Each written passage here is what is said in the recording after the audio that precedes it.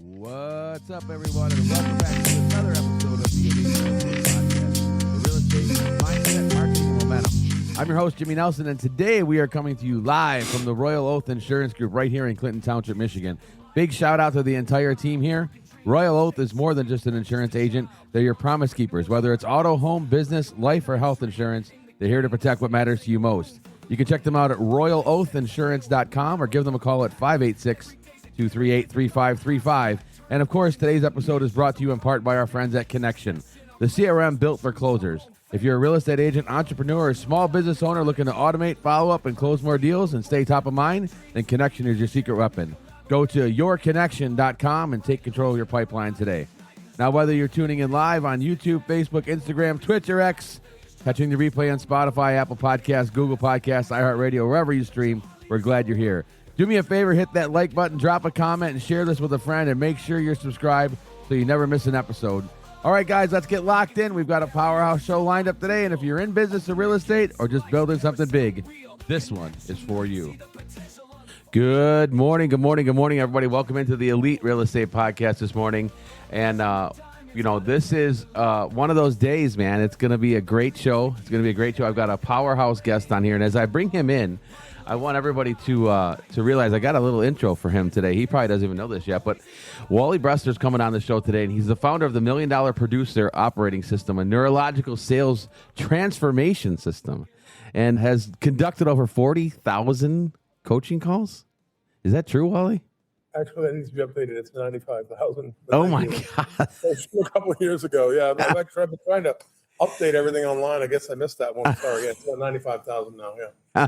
Well, this proves everybody that AI is not always right. And it's actually Wally's not right. I've tried to update everything, and my bad. So that's on me. Oh man! Well, so give us the update. Then what's the update? 95,000 coaching calls. Yep. Yeah, but a little over 325,000 prospecting and sales and service calls. 28 years in the business, 25 years coaching.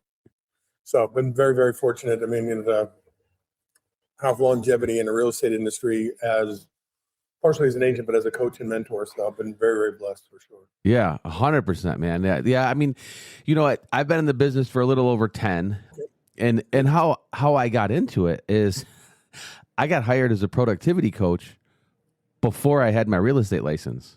KW? Yeah. Yeah, before I had my real estate license. You can learn a lot of, it's interesting. I saw a quote the other day that said, even if you don't agree with somebody, you can still learn something from them. 100%. Sales is sales is sales is sales. It's a sales process, right? There's know, like, trust, there's rapport, there's discovery, there's the sale process, there's transitions, there's close. It's you know what I'm saying? So, I think real estate's one of those things that you need to learn more about, to be successful. Sure. Salesperson and sales coach, but in general, prospecting calls a prospecting call, same elements, same everything. So, I completely see that. Yeah. Yeah. The real estate sales, right? Just the basis, the very thin layer of it is, you're right. Sales is sales. It is what it is, right? It's building rapport. It's asking more questions. It's digging deeper. It's finding that common ground. And you're right. Real estate can get tricky when you talk about contracts and negotiations a little bit and all that stuff. But the basis of it, I think, is pretty just salesy. You're right. It's, you got to make sure you're working with the right people. My minimum standards are: moving in 90 days. Do you have the money to buy a house, or do you have equity to sell a house? And do you have a life event as a reason to move? Yeah. Right. As long as, there's, she said, hello. Hey. Oh, hey, good morning. How are you? All the way from Atlanta, Georgia. I love it. Good to see you. Thank you. But, it's interesting because, I think a lot of times people fit square pegs in round holes. They're so excited to get a listing opportunity. They're so excited to meet a buyer that they don't do the right amount of discovery. And they spend a lot of time with people they shouldn't be spending time to. But if you say, hey, listen, this is my buy box, right? I'm working with people that are moving in 90 days, that have equity or can afford a home, and that have a life event, like actually have to move, your sales infinitely go up. And I think that's the same with every industry. Yeah. Finding the right people to meet with and then doing the right things in the right order, for sure. Yeah. It's amazing when you do the right things, what happens. Call me crazy, right? Right? Yeah, it's funny. Being in the industry and doing all those things. I did mortgages before I did this, so I could have, and I was a heavy dialer, right? Because I was in the mortgage business. So when I came into the real estate business, and everybody was like, "I don't really like dialing," I'm like, "What else do we do?" Well, yeah, it's the precursor to all that is successful, right? I mean, even if you have the best social media, the best AI, the best everything, even if you can get people to the goal line, you still have to call them and have a conversation with them and lead them to the conclusion that you're the best opportunity for them to meet with to solve their problem. Yeah, Right. Now, granted, inbound leads are better than outbound leads, but the real estate industry is rife with outbound sales. So yeah, yeah. And one of the things that you talk about is getting over that call reluctance, right? yeah. And digging into that. And where did that idea come from? I mean, obviously, everybody has call reluctance, right? 60% of 59% of all salespeople have, what would you say, a strong need to be liked, which creates that need for approval, that need for acceptance, that fear of rejection. So roughly almost 2/3 of all salespeople have an issue with it. So yeah, and 80% of new agents do, 44% of existing agents do, right? I think, Jimmy, I think the thing is, there's one type of call reluctance. It's called like syntax call reluctance, which is knowing what to do, when to do it, how to do it, right? As soon as you get comfortable with what to say, when to say it, how to say it, you're off and running, right? Yeah, But the majority of it, probably 80% of it, is the kind of call reluctance that I spend time with, which is kind of an emotionally driven call reluctance. yeah, And the way I found out about it was basically picking my life back up after hitting rock bottom. Believe it or not, it was one of those things where I just had, I dated somebody after a long life of lots of bad choices, but I just broken up with somebody who I dated for 4.5 years, and a few days after we broke up, I found out she was married the whole time we were together. whoa, Yeah, and so and my life had been just marred with lots of bad decisions, 40 years addiction to food, money, sex, infidelity. Like I was just a mess, and so a month after I found out about that, I was going to take my own life, and I didn't, fortunately. But, after a conversation with God and realizing that, I'm at rock bottom, and I decided I was going to work on myself. And in talking to, 4 years of therapy, 2.5, almost 3 years, twice a week, I'm saying, what I realized, that there were things that happened when I was a child that influenced the decisions that I made to get me where I was. And a lot of it was avoiding fear. yeah, And so I went to, avoidance strategies, procrastination, perfectionism, food, sex, wasting, I think I blew like $6 million, at yeah, least between the ages of like 21 and 50, maybe more, you know, but what I learned that is, there's situations that happen when you're a child between the time you're born and the time you turn 12 that trigger your fight, freeze, or flight instinct. If you have call reluctance, you had your flight or freeze instinct triggered, and basically what that did is that that caused you to start avoiding things that were the reason for that trigger. So I had call reluctance for 10 years. At one point in my life, I weighed 540 pounds. I've blown millions of dollars, and so I made a lot of bad choices. But for 10 years, I avoided the phone, and what I realized is that when you're abused as a child, sexually, emotionally, physically abused, or you're bullied, or you grow up poor, or you stand out because you're tall, short, fat, skinny, gay.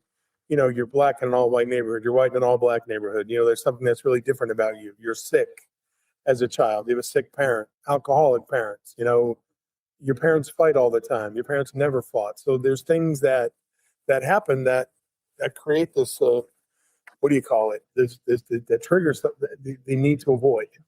yeah, Right. Okay. yeah, Procrastination, perfection. That triggers that, and what happens is your brain says, "Okay, we're going to avoid this because it hurts us." And see, if I could reason with you, if I could go to 3-year-old Jimmy Nelson and say, "Hey, when your parents are super strict and they never give you a pat on the back when you did a good job and said, hey, you're always supposed to do that.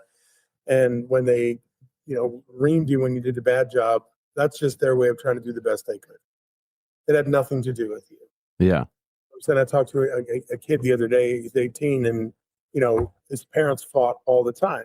There was a 10-year gap in the parents' age. His mom was 29. His dad was 19 when they met, had him when he was young. Who knows how to be a great dad when they're 19? Not a lot of people.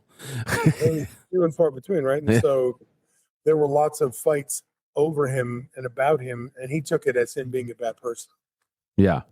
But it wasn't about him, right? It had nothing to do with him. It's just his parents trying to figure out how to raise him, but he internalized it. So it created a tremendous amount of anxiety in him and consternation and belief in himself, right? And fear of screwing up.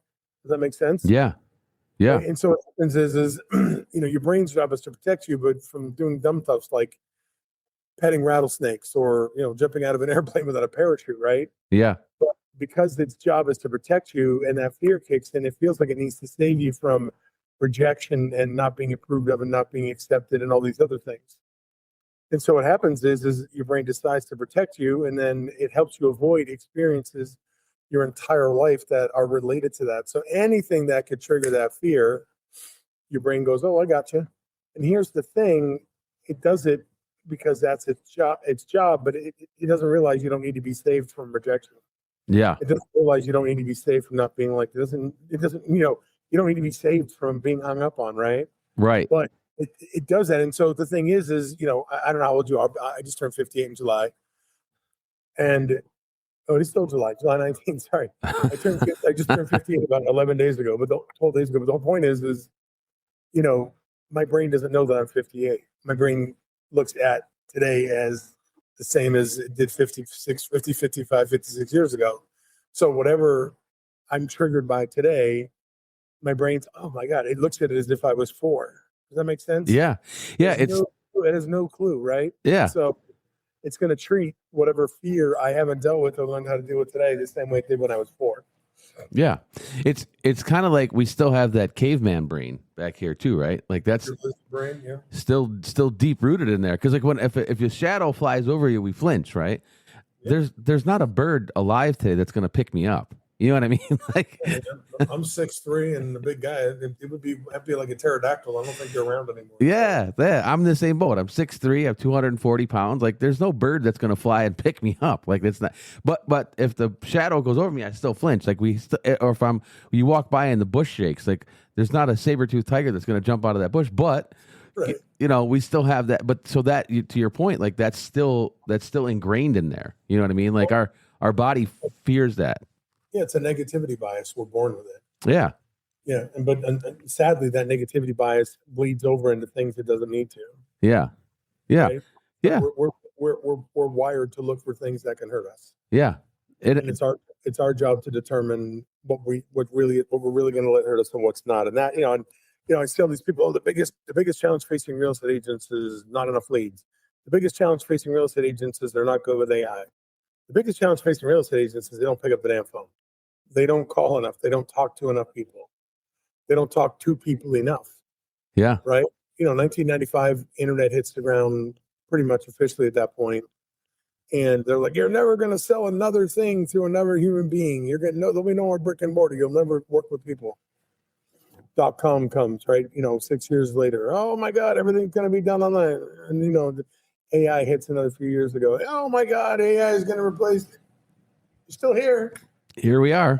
You're not going anywhere, right? You're still going to talk to people. I mean, technology's made it so that more of what you need to do can be done online and done via, a robot. But at the end of the day, I still have to talk to you and say, hey, here's the reason why you're going to want to meet with me. Here's the reason why, and by the way, Jimmy, that reluctance bleeds over a meeting with people face to face, asking people to sign paperwork, talking about money, negotiations. It still impacts people at that level too. So, yeah, it's a big thing, right? It's and I've like I said, we you and I have been doing this for a long time, right? And trying to help people out, but then every once in a while we need some help too. I'm a coach. Yeah.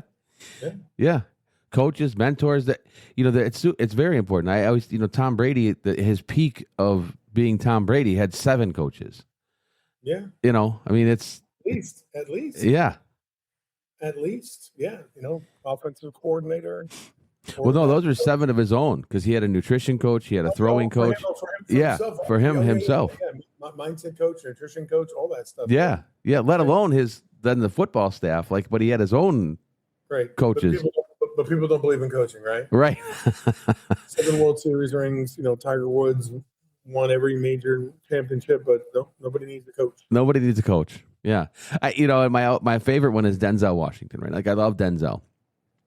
But Denzel still has an acting coach. I believe that. And I'm like, who is the acting coach for Denzel? You can't know everything. Right. It's impossible. No, I agree. It's impossible. It's interesting. There's coaching companies out there like, oh, your agency need accountability. Yeah, everybody needs accountability. But you can't hold the wrong person accountable. Yeah. I can't, and here's the thing. People who don't want to be held accountable, it's 100% a self-esteem issue. It's 100% a self-worth issue. All right. They don't want to look bad, right? They don't want to feel like they're letting you down. They don't want to let themselves down. And so the twisted thing about it, it's almost like cognitive dissonance, right? Like I'm just, the brain does not connect with the reality. And so I would rather look bad and not accomplish something in my own little world and think that people are not realizing that I'm not looking bad, than actually show up and say I need help and look bad. Right. Right. We've got it twisted. We think being able to do everything ourselves is strength, and really strength is being willing to say, hey, listen, I need some help. Yeah. But you can't hold somebody accountable who doesn't want to be held accountable, who is afraid of looking bad, who can't take feedback because they take it as an insult or they take it personally. So, yeah. Yep. And I think that's another trauma thing, right? Like, 100%. I don't want to be held accountable because I was held accountable my entire life, so now, probably not in a good way. Yeah, probably not in a good way. I got yelled at, I got beat, I got whatever.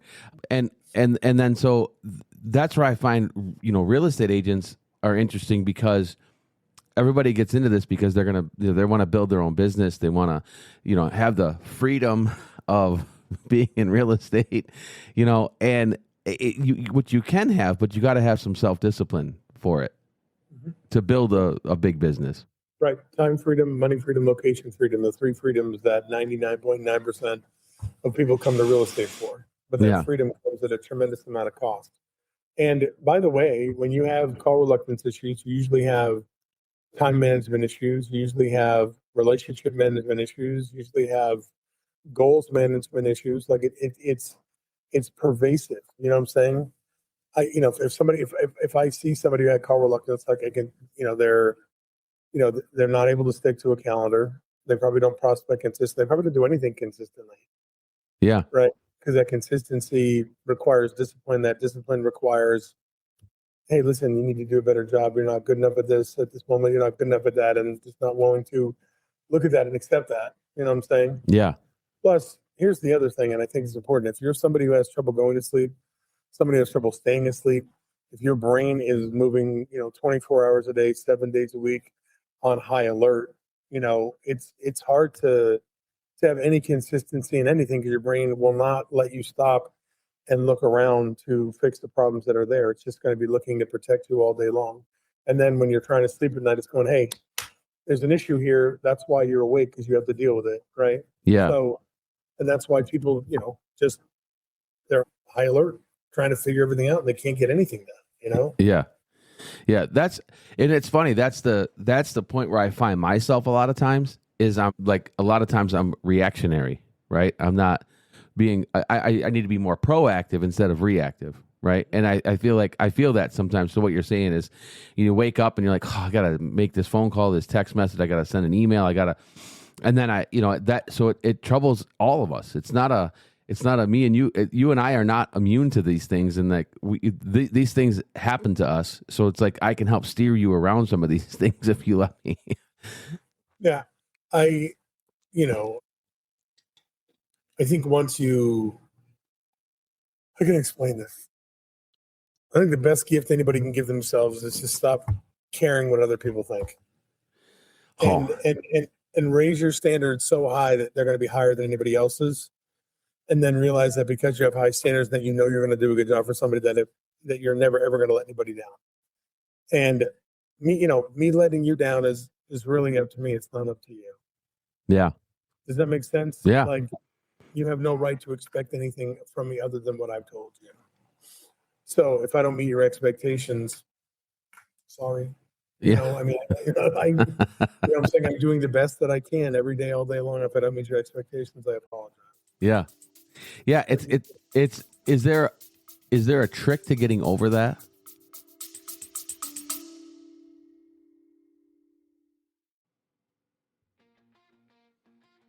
Quick pause in the conversation, because if what you're hearing right now resonates, you need to know this.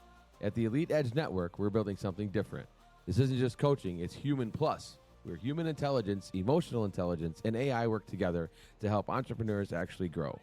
We don't just teach sales scripts or mindset theory. We show you how to communicate better, think clearer, and build systems that support you, using AI as a collaborator, not a replacement. If you're tired of hustling without leverage and you want a smarter way to scale your business, go check out EliteEdgeNetwork.com. All right, let's get back to the conversation.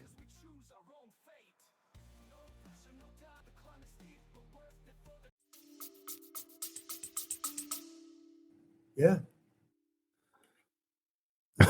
It's not even a trick. It's not even a trick. It's the simple answer is mindfulness. Okay. So if we think about the future and we think about all the things that need to happen, think about all the things that are out of our control, we can get anxious, we can get fearful, we can get into, oh my God, I got to do this, I got to do that mode, right? If I think about the stuff that's happened in the past and the bad stuff that we've done and the anger and the fear and the hurt, we can get depressed, right? Yeah. But if I'm focusing right now on this moment only and nothing else, neither of those things appear, right? And so mindfulness is really just focusing on the present. The simplest way to become mindful is to do something like box breathing. Breathe in for a count of 4, hold for a count of 4, breathe out for a count of 4, hold for a count of 4, and do that, right? We've got a parasympathetic nervous system and a sympathetic nervous system. We live, for the most part, in our parasympathetic nervous system, which is called rest and digest, right? Everything's working normally, right? Your brain's doing what it's supposed to do, blinking eyes, salivating your mouth, moving food down your digestive tract, all without any help from you, right? But as soon as you get triggered, your sympathetic nervous system kicks in. That's when you get the dry mouth, sweaty palms, sweaty pits. Your heart starts pounding because your body's taking in more air. Your digestive tract shuts down. That's why you get upset stomach, all this adrenaline's pumping, you get lightheadedness, right? The only way to get out of fight or flight and into rest and digest is to breathe, okay? And so what happens is when you feel yourself getting triggered, you have to start breathing and calm your brain down and let your brain know that everything is okay. Yeah. Because it feels that it needs to come to the rescue.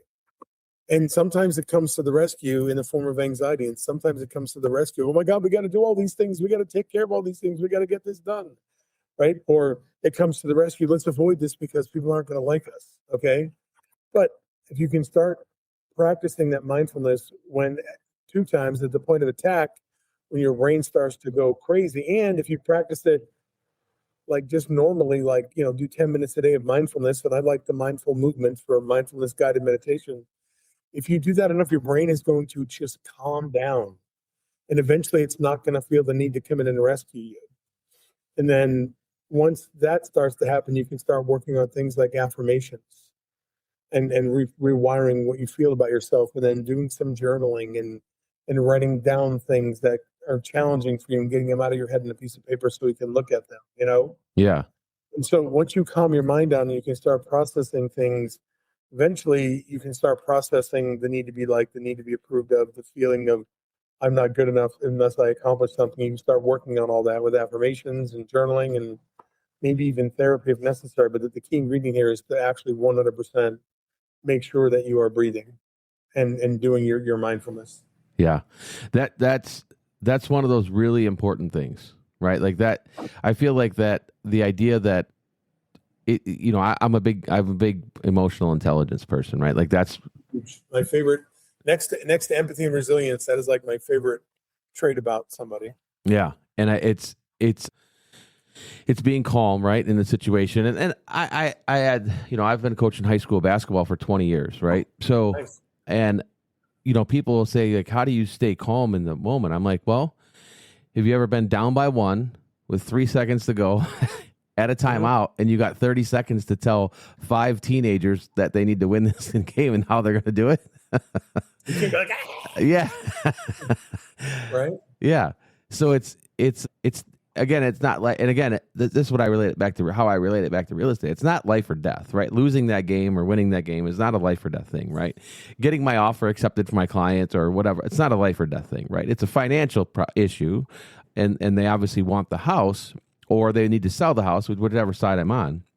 Mm-hmm. But at the end of the day, nobody's going to die. You know what I mean? No. And it's one of the funny things that I had this conversation with Leo Perea, and Leo said the same thing. Leo's like, but did anybody die? I'm like, no. Nobody lost blood, hair, bones broken, no lost teeth, no lost vision, and the thing is people want to avoid those situations, but they can't avoid those situations. They need those situations because that's what builds resilience and helps you do a better job the next time around. Yeah. Leo Perea doesn't get to be the CEO of EXP just because he's smart and he's a nice guy. He's been through some stuff. He's built some companies. He's built some companies up, and he's been through the ringer along the way. Yeah. And that's when that's how you get responsibility and, the ability to get more, make more, do more, because you can handle more. Yeah. And I think that, it's not by accident. And I think that comes along with what a lot of people don't understand. I think it comes along with it, you've failed at things. You know what I mean? You have to. Yeah. Grow. But that's where that circle of accountability comes. You got to be willing to fail and get feedback, right? It's interesting. The more you fail, the less you fail. Yeah. Interesting, right? The more you fail, the less you fail, because you figure out how not to do things, right? I mean, that's kind of what survival of the fittest is all about, right? The people that lived and got stronger and procreated the same type of people, the people that they failed, but it didn't kill them. Yeah. Right? It's not the giraffes stretched their necks longer. It's the ones that had the longer necks who could eat, survived, and they had more babies with longer necks, right? Yeah. Right? Because the other ones failed and they learned and, along the way. So anyway. Yeah. But yeah, absolutely. Yeah. It's interesting. And now, like, my audience doesn't know this yet, but now that I'm working with realty.com, I get to work alongside you and be a coaching stuff together, working with realty.com. Yeah, we get to help people. So it's cool. Can I bring something else up? Yeah. This is an interesting dynamic. It took me until I was probably 53 to learn this. Everybody wants to help other people. Oh, I got to help people. I'm here to help people. I'm here to do other things for people. A lot of people help people at their own expense. Yeah. Meaning they push aside the stuff that they need to work on so they can help other people, partially because, and mainly because they want to feel good about helping other people, but it also lets them avoid dealing with the crap that they need to deal with for themselves. Yeah. Right? Yes. And that's what I found myself in, helping real estate agents have successful businesses and fixing or changing lives and stuff like that. And my life's, literally in the toilet because I let all my stuff go so I can help other people. Right. That's why the airlines say put your mask on first, right? Take care of yourself first. And because you can be of even more help to people at that point. Right. Makes sense? Yeah, it makes total sense. And that is, it's so true, because that is one of the things that, I find, again, the same thing, right? I want to help, but that's avoiding me. That's avoiding helping me. I'm just going to help everybody else. And that's how you do lose oxygen. Because lots of it. That's how you do lose oxygen. So that was a big announcement for the audience, is that my announcement of that I'm working with realty.com now and get to coach agents all across the country and working on some great things with some great people. And oh man, it's been a whirlwind to start, I'll tell you that. But it's a bit crazy. 100%. Yes. I did jump in with both feet right into the deep end. There's only deep ends there. There's no shallow in there. Yeah. So lots of opportunity. Yes, 100%. And what, over your coaching span and the things that you've done, and I want the audience to know too, you're an award-winning author as well. Thank you. I mean, it's incredible to, I did my research, right? I did some research, found some things out. You and I have had a couple phone calls. Yeah. But what was it like? What was it like writing that book? I mean, you share a lot of personal experience in there. You dive into some things. What was it like writing that book? Thank you very much for saying that too. I appreciate you sharing that information with people. It was, a lot of us run in fear of what other people are going to think about us. And I did it for a long time, and I still fight it sometimes. It's been ingrained in me for so long. I do a lot better with it now, but occasionally I still think about what other people are thinking about me. You know what I'm saying? Sure. And in a way, it's healthy. You know what I'm saying? That's why we shower and shave and look good, because we want to look good, and let, show other people that we care about ourselves to a certain extent. But, I think for me, part of it was just taking away the power of what all of those things could mean. Right. Because once you own something, all the powers of somebody using it against you is gone. Yeah. I am a convicted felon. I did cheat on my wife. I did blow $6 million. I did make lots of bad choices. You know what I'm saying? And so, my business partner lied on $6 million worth of mortgage applications, but I didn't know he was doing that, but I also wasn't trying to make sure we were doing the best job possible either. So I made a lot of bad choices, and I just had to accept them. And that book was really, really good because it gave me a chance to just accept the things that I did, but also use the life experience that I had to help other people as well. Yeah. And it was tough, writing it. It was just like, wow, going through all these things and getting them out. But for me, it was cathartic from the standpoint that I was like, okay, well, you know what? There's nothing you can say about me that I don't agree with, and it's not gonna hurt me anymore. So it's super helpful. It's been helpful for a lot of people now too. So it's been it was really, really good. It was hard, but it was good. You did the M&M. You just, I am poor white trash. I did come from a trailer. Yeah. I do live here. I did this. I did that. Yeah, I mean, now say something about me. Well, yeah, right. Exactly. It's not exactly 8 Mile, but I mean, right? Yeah. I mean, what else are you gonna say, right? It's like, you can't hurt me. Yeah. But it did help me because I was worried about what other people thought about me. Yeah. I did make a lot of my decisions. I was a huge people pleaser. You know what I'm saying? I couldn't say no to people. I mean, all those things. And it really helped heal all that and keep me from having to do that anymore, Yeah. Yeah. And I always relate to the M&M thing because he grew up like 6 blocks away from me, and he went to like my rival high school. Michigan? Yeah. Yeah. Okay. Yeah. You're still in Michigan, right? Yeah, I still am in Michigan. Yeah. Yeah. I don't live in the same house anymore. It's not that wasn't a great neighborhood. Did you do Barack Obama did and drink a glass of Flint water? Did you do that? A glass of Flint water, even though he really didn't swallow it? No, I knew to avoid that. Bill Clinton's version of I didn't inhale. I didn't inhale, yeah. No, but it's I think that the writing the book, I think because that's always crossed my mind too. I've always wanted to write a book, and go do it. And I think that's one of the things too, like that is, I think just putting your feelings down on paper, right? I think that's a big release that I didn't understand when I was younger. Not even. I mean, I had Claude help me write, the book I just released. Yeah. You know what I'm saying? I had Claude help me write it. I co-authored a book with, Jay Kinder, Albie Stasek, and a bunch of other people from EXP and other companies, across, the United States and Canada. And it was published with Nick Nann's company, Select Press, right? Yeah. So, we all wrote a chapter. And so I took that chapter and I used it as the foundation for a book I just wrote with Chris Heller and Kyle Draper. And I'm not here to shamelessly promote it, but no, shamelessly promoted. It's fine. It's I wish I had a copy here, but it's called, basically Rethink Everything You Know About Prospecting. And it's about the fact that no such thing as bad leads. It's just you not being willing to pick up the phone, and here's why you're not willing to do it, and here's how to fix it. But I did the majority of that in Claude. You know what I'm saying? I took stuff that I had written before. Like, here's the thing: you can speak into Claude, you can speak into ChatGPT and have them save it. Yeah. Don't even on a paper. Just get the app and just talk to it as your things come up. Talk to it. Things come up. Talk to it. Spend time. Talk to it. You're driving. Talk to it, and just start putting the things you would write into there and say, "Hey, listen, can you turn this into a book?"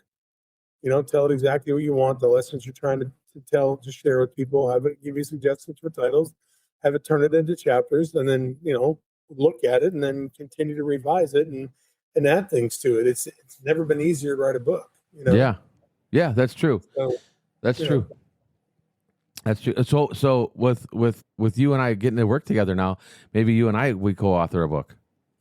What do you want to call it? We'll have to figure that out. I don't know. Big guys on real estate? Yeah. The Twin Towers of real estate or something like that, maybe. Exactly, right. Yeah, right. Yeah. Let's do it, man. Yeah. So it's never been easier to write a book, and it's still, one of the best ways to build credibility for yourself, Yeah. Yeah, I think that's a big thing for the audience to realize too, right? Russ Lagan said the same thing. Like Russ wrote a book, and Russ and I had a couple conversations about that, and we talked about it, pretty in depth. And he's like, could you imagine going to a listing appointment and saying that you're an author and give somebody a copy of your book? Mm-hmm. And there's lots of companies that out there that will allow you to go ahead and tap into a book that's already existing and customize the intro. Yeah. Right. There's, and you can look, there's, what is it called? PLRs, private label rights. Okay. There's people out there that have written all kinds of stuff, articles, blog posts, social media posts, but they've written books. Yeah. And if you just Google real estate PLRs, there's, it doesn't have to be like 900 pages. 20, 30, 40 pages books about real estate that you can take and publish as your own. Yeah. Well, look, we also know that nobody's going to read a 900-page book, right? No one reads a 90-page book. They read the intro, they read the first chapter, and they read the last chapter. So here's something for the audience. Everybody go write a book. I mean, seriously, if you just Google private label rights and real estate books, there's hundreds of them, right? And then basically you pay a small fee, and then you go and produce the book as your own, because that's what it's all about. Customize it. You can change the title, customize the intro, and do what you have to do, right? Yeah. But here's the thing too. I think that here's one thing that I want to ask you about people getting over things, right? There's a lot of, the comparison issues, right? And social media hasn't helped us with that at all. No. Because everybody sees stuff on social media, and I'm like, that person, if you look up their numbers, they're not driving a Ferrari. They're just taking a picture in front of it. You know what I mean? I mean, yeah, it's like it's just one continuous dream state for a lot of people. You know what I'm saying? Yeah. Yeah. There are people that post the worst days of their life on there too. Sure. Yeah. I mean, I don't, if God forbid I had a family member die, I wouldn't post about it online. That's just me. You know what I'm saying? I mean, or if I'm going on this amazing vacation and I'm spending millions of dollars on it, I might or might not, but it's different for everybody. You know what I'm saying? And depending upon who you are and where you are and what you do for a living, it's appropriate for you to post that sort of stuff, Yeah. But it's like, don't look at the chapter 12, don't look at chapter 12 of somebody's life, and assume that's the first chapter. You know what I'm saying? There's a lot that had to happen in between that, right? Right. Yeah, there's and I'm in the Metro Detroit area, and Mark Z is one of the biggest names. Mark Z in Michigan, right? He's the real estate guy in Michigan. Yeah. And there's a lot of people like, I want to be like Mark, and I'm like, well, it's taken Mark 25 years to get to where Mark is. 25-year overnight success, right? Yeah, that's what he always says. He's like, yeah, I'm a 25-year overnight success.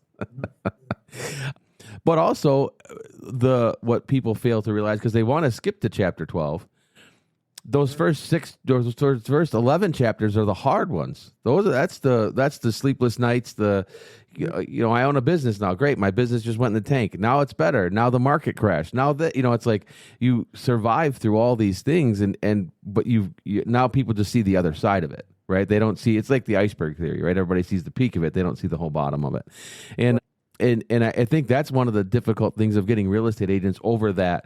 Like you gotta put the grind in, right? Like there's those days, and I call them water the plant days. You still have to, if you're not feeling it today, you still have to get in the office, do your couple hours of prospecting, and then check out, right? You got to water the plant. Otherwise the plant dies, right? So you still have to water the plant, and then you can go home. And those are okay. It's okay to have one of those days. It's okay to have that day. It's not a big issue.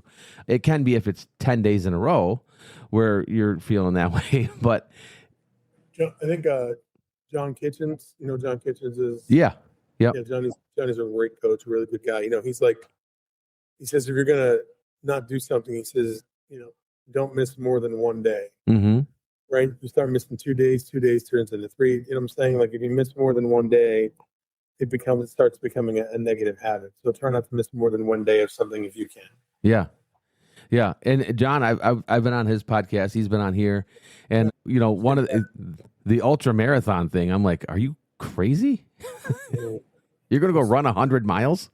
Yeah, I'm talking about that before. It's insane. You know what I'm saying? And it's amazing. You know what I'm saying? Yeah. You bring with you food and stuff like that. You don't think about, you're spending 3 days, 2 days of your life. You know what I'm saying? Yeah. Running. Yeah, it's crazy. Like if I'm running, if you see me running like that, you should run too, because there's something big behind. I'm not running for joy. Yeah, there's something big behind me. You know what I mean? Getting this thing moving right here, man. We don't do it just for fun. It used to be fun. It's not anymore. It hurts now. Yeah, it hurts. I'm 53, so it hurts now. But yeah, what is and you've been a speaker at big events. I mean, you've done a ton of stuff in for real estate agents. Yeah, I'm really, really blessed for sure. I've been very fortunate to work with amazing agents, leaders, influencers, and stuff like that. So I'm super, super blessed for sure. Yeah, that's what I do. Yeah, I feel that, man. And again, it's who you surround yourself with matters, Agreed. and all those things. What's been the most challenging thing for you working with real estate agents? Wanting it more than they do. Wanting it for them more than they want it for themselves. That hits home. So yeah, it's like a punch in the face. Yeah, there's people who wanted things for me in the past more than I wanted them. Yeah. So, but yeah, it's wanting success for them more than they want it for themselves. Yeah. And what's the success story after that? Like what's been your biggest that is there a specific agent or a specific time or something you saw someone's trajectory just take off after working with them? I'm very everybody, right? Everybody, but no, not everybody. And this isn't so much wanting it more than they want it for themselves, but this is more like helping people overcome some limiting beliefs. And, Brian O'Neill is an amazing AXP guy. He's like 2 years ago, he was the number 1 agent for volume in EXP for South Carolina. This last year, he was number 3. But, he was a part-time real estate agent, full-time fighter, wanted to, like when we first started talking, he's like, I could be able to sell houses, I could go full-time in 10 years, had trouble picking up the phone, didn't want to prospect, put him through my course. And, one day he calls me, he says, hey, I just got a $500,000 listing. I'm like, great. I go, how'd you get that? He goes, I was calling FSBOs. I was like, really? Okay. He says, yeah, he's got a $725,000 house to sell after that. I'm like, great. And then he just kept working and working and working. And now, he was number 3 last year for volume. He's seven-time Icon Award winner, 7 years in a row. Okay. Makes about $500,000 in GCI a year, a little bit more, and on the recruiting path now, and building a nice downline and stuff like that. Yeah. It's just been amazing. I look at it this way: I can't do any of the work for you. Just got to tell you what to do. It's up to you to do it. Yeah. Yeah. But he's, just very fortunate and he's a good friend of mine now, too, a great guy. Yeah. Yeah, it's nice how that works out, right? Like I've met a lot of agents through coaching and our morning call, the Breakfast Club's on here this morning and through our coaching call and for you Breakfast Clubbers, Wally's going to be joining us on Monday morning. So you can get into the Breakfast Club call if you're calling into the show or if you're calling into the Breakfast Club line, you can call in on Monday. Wally's going to be joining us on Monday. We're going to talk a little bit more in depth about some call reluctance stuff too. So it'll be big. It'll be big. Calendar. It's at 6:30, right? I mean, 7:30 again? Yep. 7. Yep. Yeah, we do it early, right? And so the funny thing about that call, It's morphed into we've been doing it for 6 years. Well, So it's grown, right? So we got people on the line today listening from Colorado, from Michigan, from Georgia, from Florida, another one from New Jersey. So we got a few people on here. thank you for listening. That's cool. Thank you. Yeah, it's what is it? 8:20. Okay, so I'm in Central Time Zone. So, but yeah. Yeah. And yay. So because she's on our call every day. Yeah. She's awesome. Yep. I worked with her when doing some work with a house jet. Okay. Very cool. Yeah. House jet, honey badgers with Jake and Michael Reese. Yeah, the honey badgers. Yep, honey badgers. Yeah. Yeah, that's I'm in that group too, because Kurt Shewell is my sponsor, and so it's nice to it was one of the eye-opening things for me, right? I came to EXP and didn't realize what I was stepping into until I got there. but from an aspect of, again, it goes back to like who you surround yourself with matters, and you start to realize who you're surrounded with, and through our Breakfast Club call we have, and on the Breakfast Club call and everywhere else, it's anybody from any brokerage can join in. It's fine. Eric, come on down. That's right. We're not Animal House. Come on in. Don't cost nothing. Right? Yeah, that was it. Don't cost nothing. Oh man. And what have you seen with working with realty.com? What's been a big thing over there? I mean, Lance is amazing, super smart guy. I just love that, they found something with the cash offer leads that is just so vital in this industry, and just having in front of them, and not just the leads, but the technology that goes along with, how they do it, the quality of the leads, it's like you talk to way more of them than you talk to other leads that can, you get 70% show rates. I'm not selling them. They've done such a good job of coming up with such a great product, Lance and Adam and Donnie. And, it's something you can get behind and feel good about, because it does what it says it's going to do. High level of integrity, Yeah. So that's what I really love. And it's like everything else, I could give you the best shovel in the world, with, the handle of the wood, the shaft of wood, made from trees from the enchanted forests. And, the metal is taken from the hull of the Titanic. And, it's like the most amazing shovel on the face of the planet. But if you don't stick the shovel in the ground, you're never going to dig a hole. Yep. Doesn't matter how good it is. So, the people who take what Lance has created, and Adam and Donnie have created and built, they have great success with, and the people that don't, they don't, So, but it's an amazing product, really, really good people, very caring, very knowledgeable, and, obviously they bring good people on like you who know what they're doing. So that's super helpful. And you clearly, we've talked, you live with the servant's heart. So, you perfect fit for the company too. So. Well, I appreciate that. That. Yeah. I try, man. and that was not a paid endorsement either. That was, that's from the heart. So, right. Yeah, I try to, and people ask me, and I'm pretty transparent. You don't try, dude. You do. There's a difference. Yeah, like that's the thing. You're not trying. This is who I am. This is it. Right. And sometimes it costs me more. You know what I mean? You know this too, because you're in the same boat, right? You do things more than because we care about people. You care about people. We wouldn't be doing what we do if we didn't care about people. No, and I think people wouldn't be real estate agents unless they cared about people too. The problem is we overcare sometimes, and that's a boundary issue. Yeah. And people who have call reluctance issues also have boundary issues. It's all part of the same thing, right? And for me, I used to help. I used to pour in and try and help everybody. And, now we'll talk and I'm like, this is what you need to do, but I'm not, what I'm saying? Unless you're my kid, you're not getting the, I'm giving you, I'm going to help you and do the best to help you or pour into you. And as long as you're doing what you're supposed to be doing, we're good. But if you're done, I'm done. Yeah.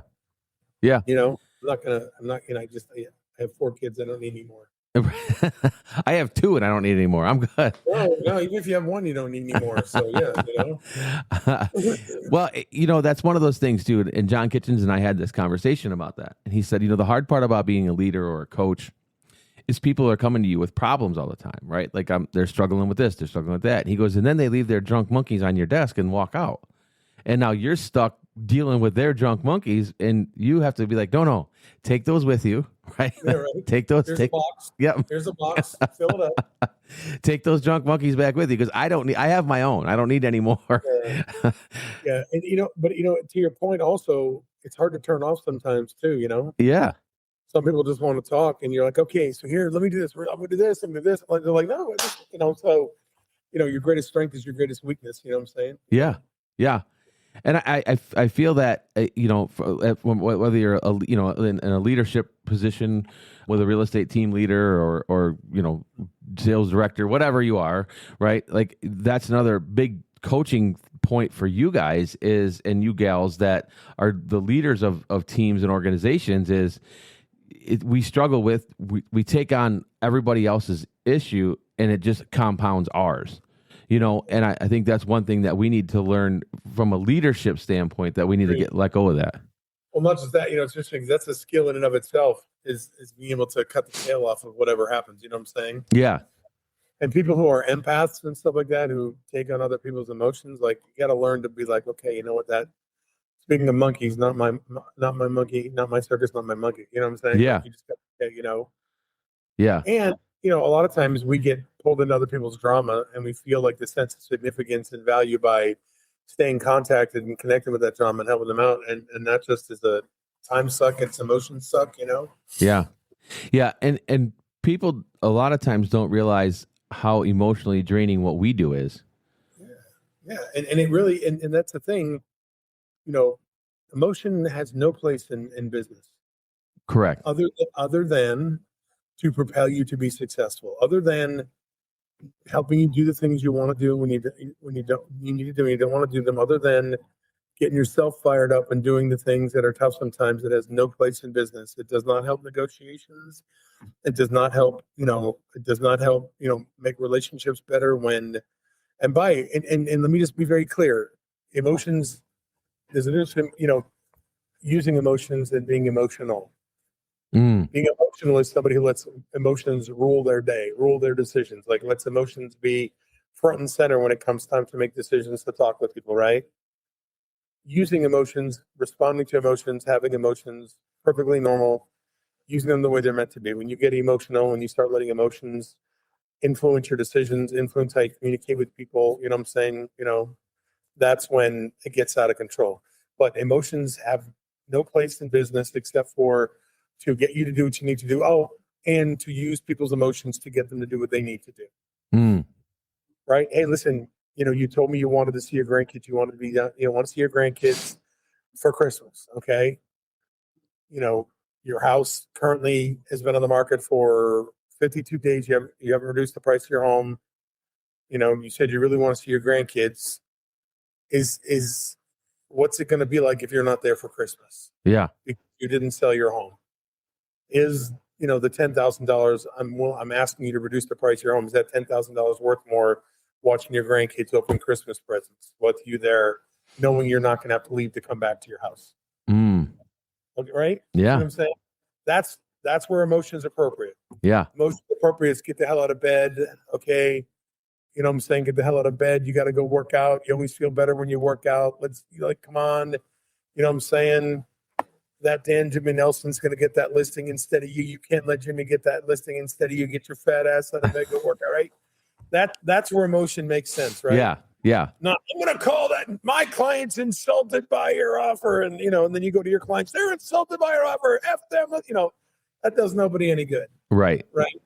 It's like I remember there was an agent in where I sold houses, and she worked in a bedroom community, and the agents are in bedroom communities. Sometimes they feel like they're saving lives. You know what I'm saying? Oh, yeah. And I get it, right? Everybody's different, but I'll never forget. My clients were insulted by your offer. I'm like, okay, we're not curing cancer here. Okay, it's an offer. Yeah. Right. And so I went back to my clients. I was like, hey, it looks like we missed the mark a little bit. I didn't go back and say they were insulted by our offer. Can you believe that? All right. Oh my God. You don't have to be high. You know what I'm saying? And I don't think people get that. So anyway. Yeah. And, I've been on the opposite side of that. I had clients that are like, well, we're insulted by this offer. And I said, well, it's an offer. It's, you know what I mean? Like, we have an offer. We're going to make an offer. What's insulting about an offer? Yeah. Yeah. Like, we have an offer. Thank you, but no thank you. You can reject it or you can accept it or you can counter, but insulted. Yeah. Because guess what? The next one that comes in, now we're in a multiple offer situation. Even if it's two crappy offers. Yeah. We still have two crappy offers, right? Yeah. That's when we have to start doing our work. Yeah, agreed. Yeah. And I think to your point, by the way, all this stuff we're talking about, like, we lived this. Like, we've been through this. You know what I'm saying? Didn't pull a lot of this from a book somewhere. This is a result of making mistakes and doing dumb stuff and saying dumb stuff and getting knocked down and getting back up again and learning. You know what I'm saying? Yeah. I didn't learn about how to manage the need to manage my emotions by, reading, a book by, somebody, you know what I'm saying? I didn't go read, How to Win Friends and Influence People and learn how to get along with people perfectly from that book. It's by, making mistakes and being resilient and coming back and saying and figuring out how to do a better job and getting feedback and figuring out how to do a better job and getting feedback. You know what I'm saying? And, when you were as colossal a screw up as I was in so many ways, you got a lot of feedback. You know what I'm saying? Yeah. So, and so, but now I don't, I screw up, I get the feedback, I move on. So, yeah. But there's no ivory tower here for Jimmy and me. This is real, like, raw, like, we screwed up and here's what we learned. Yeah. Yeah. I just was at an event on Wednesday, and I ran into one of my very first brokers that I worked for. And she said, remember that offer you wrote? It was one of the first offers I wrote. And you're like, absolutely, I remember. Like yesterday, man. Of course I do. Yeah. It was probably terrible, right? Yeah. Well, I wrote a 10-day inspection period, right? Mm-hmm. But then I wrote a 10-day response because I didn't know what else to put in there. So I just put 10 and 10. Yeah. Like 20 days. What? Yeah. Right? Yeah. I mean, we don't, we don't know. We don't know. Right? No. It's probably horrible. Of course I remember that offer. Yeah. I also remember every game I lost growing up as a kid. I can tell you exactly how I felt after every bad decision I made. What's your point? Yeah. Yeah. But Isn't it funny that that's what she brought up, right? Right. Hey, so good to see you. Oh, Jimmy, so good to see you. Hey, do you remember that crappy offer you wrote? Oh, I missed you too. One sip on the way out to your car. The funny thing is, I got that offer accepted. They accepted that offer. Because they probably didn't know any better either. Right. Exactly. And it's funny, like, you again, because to your point, we're no ivory tower here. We've screwed up a lot. So if we can steer you around some of those bumps in the road, we're here to steer you around some of those bumps in the road. Right. There is a door to walk through. You don't have to walk through the wall. It's hard to learn from other people's mistakes, but sometimes you can, Right. So how many books do you have out now? I've ghostwritten 2 of them, and then I wrote and published my own, and then I co-authored one, and then I just put out another one with Kyle Draper and his Rethink Everything series. And okay. Chris Heller wrote the foreword for it. So okay. So 3 with my name actually on it, and then 5 that I've written or have taken part in writing. Yeah. And everybody can find those books on Amazon because you're an Amazon award winner. I am an Amazon best-selling author. Very fortunately, yes. Thank you. Yes. It's one of those things you didn't mention that at all. I had to bring that up for you. Yeah. My need for significance has gone down significantly over the period of my life. And if I have to tell you that I'm great about something, then that means I don't feel good about it. Yeah. That's been my experience. You know what I'm saying? Like, I'm not people who tell you how great they are at something and start with that. You know what I'm saying? It speaks to a need for significance or approval or something like that, Yeah. Well, as we're wrapping up today, Wally, where can everybody find you? Yeah. So, so here's the thing. My email address is wally@milliondollarproduceros.com. My biggest fan's here today. I love it. Yeah, she is. Yeah. So, So it's Wally at $1,000,000produceros.com. My cell phone number is 214-334-1356. You're welcome to text me. Anybody can have 15 minutes on my calendar if they want to talk about their business or their life. And then my website is $1,000,000produceros.com. $1,000,000produceros, OS is short for operating-system.com. Love it. Love it. I really appreciate the opportunity to get on here, Jimmy. Thank you so much for having me here. Oh man, thanks for coming on. This is going to be big, and I thoroughly enjoyed it. I know the audience is going to enjoy it. Whether you're listening now or listening later, or watching now or watching later, if you're watching on YouTube, make sure you like and subscribe to the channel, Lead Edge Network. But you're going to be joining us on Monday morning on the phone call too. I am, yep. And quick shameless plug here. I've got a call Reluctance class coming up. It's an 8-week class, and if you have procrastination, perfectionism, or call reluctance issues, I guarantee I'll make it go away in 2 months. So let me know if you're interested. I love it. 8-week course. Find Wally wherever you find him. And then Lead Edge Network. Don't forget, like and subscribe on the YouTube channel, but find us wherever you find podcasts, guys. And we'll be back next week. Via Williams is joining us next week. So, yeah. You're working your way through realty.com. I'm working my way through realty.com, buddy. Via is a powerhouse. She's amazing. Yeah, she's incredible. You're going to love her. She's funny, smart. Yeah, it's going to be great. Not very tall, but what she lacks in height, she makes up with personality and bigness inside. I love it. I love it. All right, guys, thanks again for joining us. Join us next week, and we'll see you guys out there. Take it easy. As we wrap up today's episode, here's the question I want you sitting with. Are you building a business that depends entirely on you, or one that actually supports you? At the Elite Edge Network, we're helping entrepreneurs step into the next evolution of growth with Human Plus, combining coaching, emotional intelligence, and AI to help you communicate better, lead stronger, and scale smarter. If you're ready to stop doing everything the hard way and start building with intention, I invite you to join us. Head to EliteEdgeNetwork.com, plug into the community, and start sharpening your edge. Thanks for spending your time with us today. If this episode brought value, share it, subscribe, and we'll see you on the next one. Stay focused, stay intentional, and definitely stay elite.